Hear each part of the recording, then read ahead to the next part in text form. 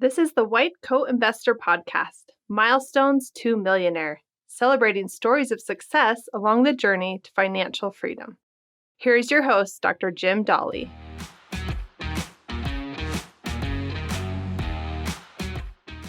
This is the first episode of Milestones to Millionaires podcast.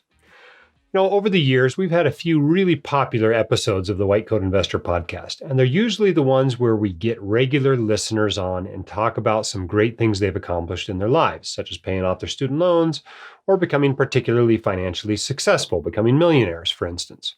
And so this year, we've decided to launch a second weekly podcast of the White Coat Investor. It's going to be shorter podcasts. We're not going to take speak pipe questions on it. We're not going to have big, long interviews on it. What we're going to do is each one is going to feature one regular listener who has recently achieved a significant milestone in their life.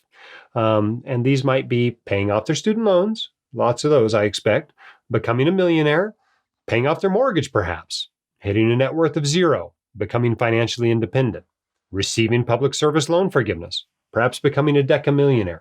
Really anything that you view as a significant financial milestone for you, we'd like to bring you on the podcast, interview you, share your success with your fellow listeners, and hopefully inspire them to become similarly successful to you. We're going to release these episodes on Mondays. We're going to continue to have the regular White Coat Investor podcast released on Thursdays, but these will be released Mondays. We'll combine the show notes into the show notes that run on Thursdays on the blog, and go with this. We think it's going to be really popular, and you guys are going to really enjoy it, and hopefully get a lot of inspiration out of it. But if you would like to apply to be on it, you can apply at whitecoatinvestor.com/milestones. That's whitecoatinvestor.com/milestones. This episode is sponsored by Bob Bayani at DrDisabilityQuotes.com, an independent provider of disability insurance planning solutions to the medical community in every state and a longtime White Coat Investor sponsor. He specializes in working with residents and fellows early in their careers to set up sound financial and insurance strategies. If you need to review your disability insurance coverage or to get this critical insurance in place, contact Bob at DrDisabilityQuotes.com today by emailing info@drdisabilityquotes.com or by simply calling 973-771-9100. Okay, today we have Dr. Emily Shaw on the White Coat Investor podcast. Welcome to the podcast. Hi, thanks. Happy to be here. We're excited to have you here to kind of celebrate a milestone that you've achieved. You've paid off your student loans in the last year, I understand. Yeah, not just mine. My wife is also a doctor. So we had just a little over $400,000 of student loans that we ended up paying off. Wow. And each of your specialties? So we're both family docs. Both family docs. Okay. And how long did it take you to pay off that $400,000?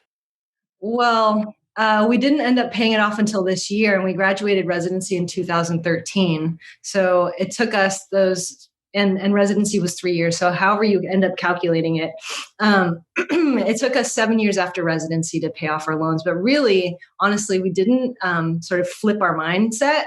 We were waiting for public service loan forgiveness, and we were sort of stuck in this rut of just sort of assuming that at some point, someday, if we just kept going, that it would get forgiven.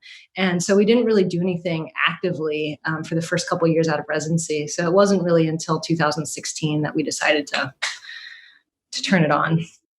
And why was that? Was it that you realized that your job didn't qualify for public service loan forgiveness, or what was it that turned the switch? It was multiple things. It was we were both working at federally qualified community health centers, and our jobs qualified for public service loan forgiveness. But then I decided to make a change and stop working full time there and start doing some other things that were more not more interesting. That's not quite right.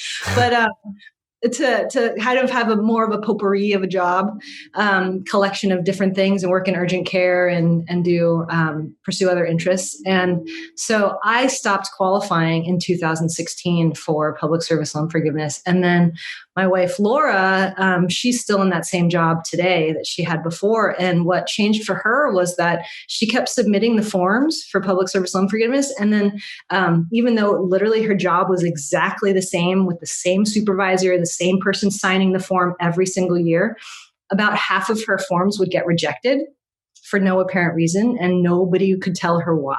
And so she started just getting really frustrated with that process, since literally her job had not changed at all. And we just got fed up about it and decided to just screw it. Just pay it off. Yeah, exactly. Awesome. So it sounds like you really did it over about 4 or 5 years. Yeah. And what do you think your income was, average income over that time period?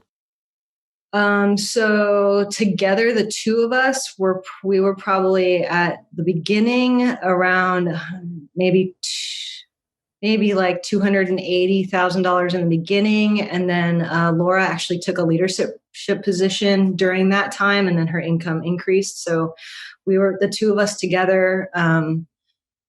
Last year we're probably at like 320 or something like that. So you dedicated a lot of income to this. You put a lot of your income toward paying this off.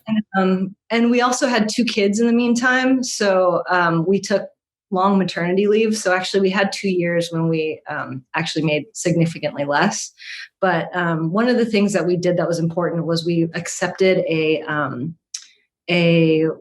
what do you call it? A retention bonus at Laura's work. So that was $50,000, which helped actually pay off all of her private loans from med school. And so because those were at a higher rate and we didn't and then we refinanced all of our loans at 1.95%. Which certainly helps when the money's going to principal instead of interest. Right. Because it was 6.5%, and then we refinanced to 1.95. Now, impressively, you mentioned before the show that you live in a relatively high cost of living area. And so, not the highest income we've ever had on this show for sure, a pretty significant student loan burden, a high cost of living area, and yet you still managed to do it. How did you do that? It was literally flipping the switch in our brains. We went from just kind of believing that debt was just a part of the way that everybody lived. And it was just, this sort of assumption, and that we were sort of stuck and feeling like that. And then we literally, it was a brain switch. And I mean, it was also like that $50,000 from Laura's work really helped. And I switched jobs. So I started working, instead of working at the FQHC, I started working for Sutter, which is a private, multi-specialty practice. So my salary went up as well. So there were multiple different changes. We started budgeting and really paying attention to what we didn't live like residents. I know that's a lot of your thing, but we didn't live like residents, but we really started paying a lot of attention, whereas before we weren't. And what was the biggest disagreement you had over budgeting? Oh, disagreement? Or something you wanted to spend more on or less on than she did? Yeah, I don't think there was so much disagreement as actually the biggest realization was actually how much money we were spending on travel. I think we were just, because spending time with family is so important to us, and none of our family is local. And we have family in Hawaii and Spain and like all over the place, like very far places. I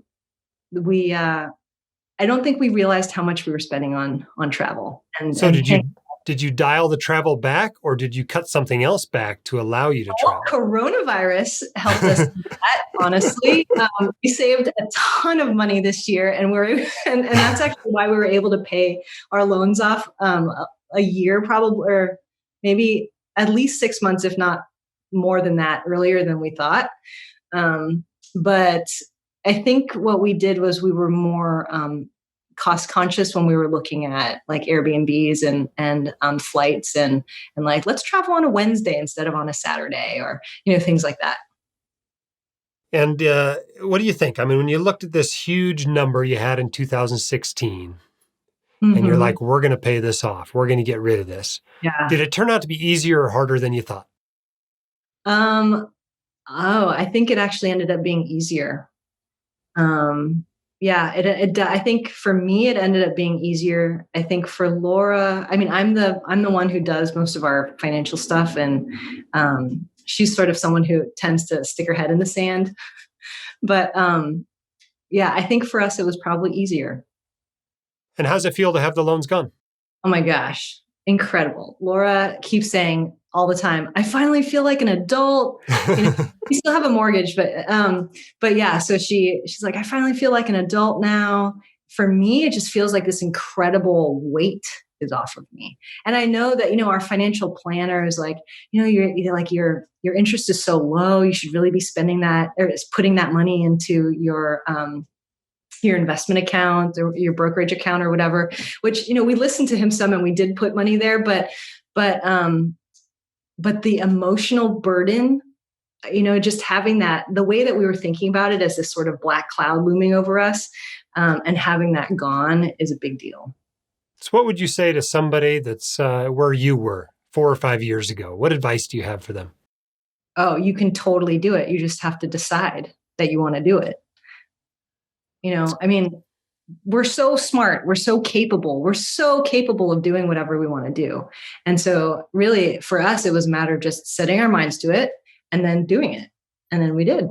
Awesome. Well, Dr. Shaw, I'm proud of you. Nice work. Congratulations on your success. And thank you so much for coming on the White Coat Investor Podcast. Thanks for having me and for inspiring me. You're very welcome. All right. A lot of takeaways you can get from this interview.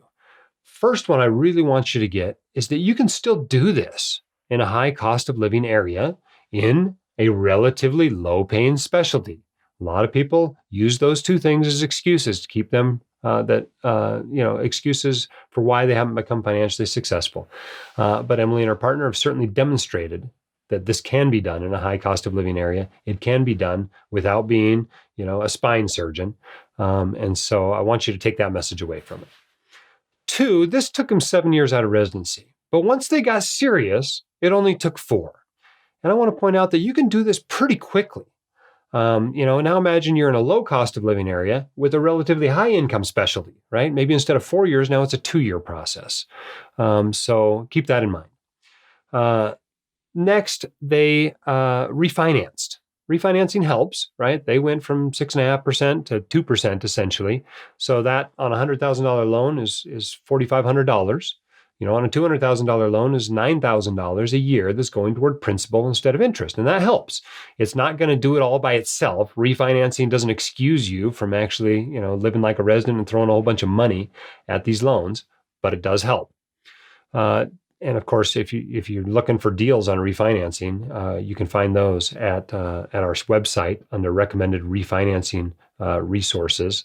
That specific URL is whitecoatinvestor.com/student-loan-refinancing. But make sure you take advantage of opportunities that come up. Maybe it's inheritance, maybe it's a bonus, maybe it's a raise, maybe it's a changed job. In this case, it was the pandemic that helped them spend less. Take advantage of those things and have them, bump up your progress by months at a time, simply by taking advantage of an unexpected opportunity. And of course, it's important to be intentional. You have to intentionally do this. Everybody wanders into debt, but there's only one way out, and that's to get intentional about paying it off. This podcast was sponsored by Bob Bayani at drdisabilityquotes.com, a longtime sponsor of the White Coat Investor. One listener recently sent us this review. Bob and his team were organized, patient, unerringly, professional, and honest. I was completely disarmed by his time and care. I'm indebted to Bob's advocacy on my behalf and on behalf of other physicians, and to you for recommending him. Contact Bob at drdisabilityquotes.com today. You can email info@drdisabilityquotes.com or call 973-771-9100 to get disability insurance in place today. Head up, shoulders back. You've got this and we can help. We'll see you in a few days on the regular episode of The White Coat Investor. My dad, your host, Dr. Dolly, is a practicing emergency physician, blogger, author, and podcaster. He is not a licensed accountant, attorney, or financial advisor, so this podcast is for your entertainment and information only and should not be considered official, personalized financial advice.